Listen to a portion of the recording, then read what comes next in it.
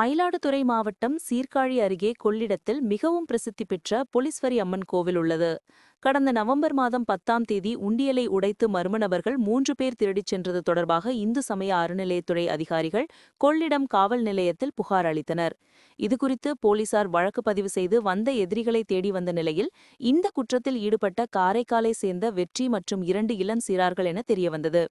இவர்களை போலீசார் கைது செய்து விசாரணை செய்ததில் இவர்கள் கடந்த 3 மாத காலமாக காரைக்கால் மற்றும் மயிலாடுதுறை, கடலூர் மாவட்டங்களில் 10க்கும் மேற்பட்ட இடங்களில் கோயில் உண்டியலை உடைத்து தொடர்ச்சியாக தேடி வந்தது விசாரணையில் தெரியவந்தது.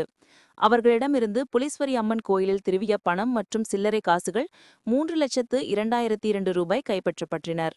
அதனுடன் திருட்டிற்கு பயன்படுத்திய சுத்தியல் உளி மற்றும் திருடுவதற்கு பயன்படுத்திய பல்சர் இருசக்கர வாகனம் ஆகியவற்றையும் பறிமுதல் செய்தனர்.